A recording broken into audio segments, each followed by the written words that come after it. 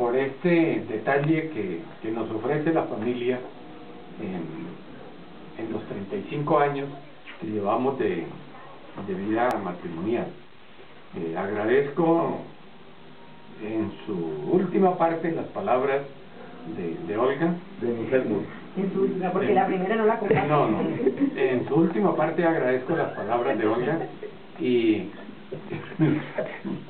bueno, entonces yo quiero ratificar de que ciertamente pues es un lapso bastante considerable, pero muy agradable, porque son 35 años de una vida pues llena de armonía, dispensando los momentos que son de sinsabor, como ella lo advierte.